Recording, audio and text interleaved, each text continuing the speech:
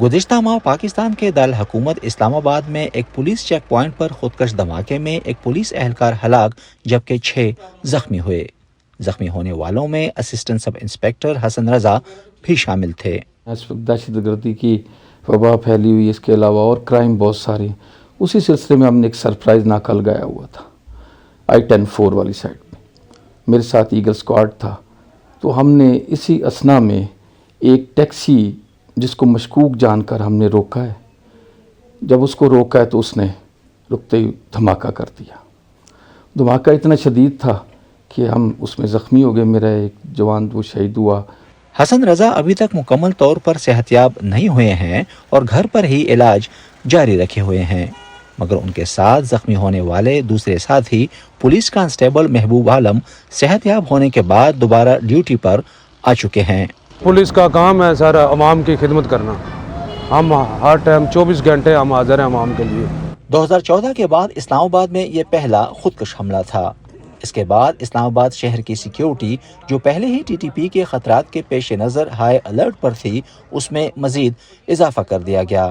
امریکہ، Australia, برطانیہ اور سعودی عرب نے پاکستان میں اپنے شہریوں کو اپنی نقل و حرکت محدود کرنے کو کہا ہے۔ شہر کے حساس علاقوں میں ہمیشہ سے موجود ناکوں اور بیریئرز میں مزید اضافہ ہو گیا ہے۔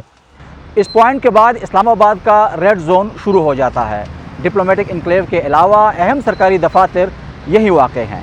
پولیس کا کہنا ہے کہ اس قسم کی سیکیورٹی چیک پوائنٹس کے بعد شہر میں دہشت گردی کے علاوہ جرائم کے واقعات میں نمایاں کمی دیکھنے کو آئی ہے۔ اسلام آباد کے تمام انٹری اور ایگزٹ پوائنٹس پر بھی ناکے قائم کیے گئے۔ پولیس کے مطابق ان ناکوں کے ذریعے وہ دارالحکومت کی فول پروف سیکیورٹی فراہم کرنے کی کوشش کر رہے ہیں۔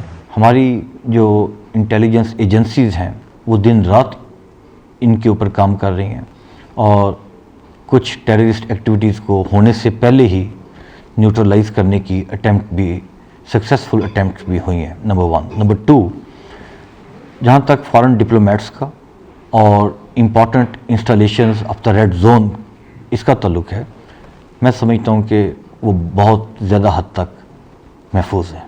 شہر میں اہم تنصیبات کی سیکیورٹی تو ایک عرصے سے سخت تھی، لیکن 23 دسمبر کا خودکش حملہ ریڈ زون سے کافی فاصلے پر I-10 سیکٹر میں ہوا اور اس میں عام شہری بھی زخمی ہوئے۔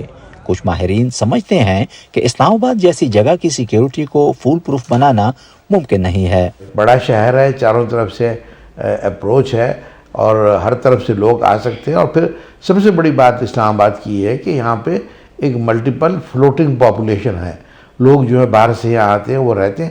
ہر شخص کو اور ہر علاقے کو پوری طرح سے ویریفائی کرنا ممکن نہیں ہوتا ہے اس قسم کی اربن سینٹرز کے اندر۔ I-10 کے خودکش حملے کے بعد پولیس فورس کی تربیت اور انہیں مناسب طور سے مسلح کرنے کے حوالے سے آواز بھی اٹھائی گئی، لیکن DIG سہیل چڈھا کے مطابق پولیس فورس نہ صرف تربیت یافتہ ہے بلکہ اسے مناسب طور سے مسلح بھی کیا گیا ہے۔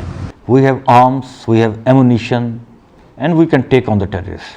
ASI حسن رضا کا کہنا ہے کہ اگرچہ پولیس نے کسی بھی ممکنہ خطرے کو روکنے کے لیے شہر بھر میں ناکے قائم کر رکھے ہیں، مگر دہشت گردی کے خلاف اس جنگ میں عوام کا تعاون بھی ضروری ہے۔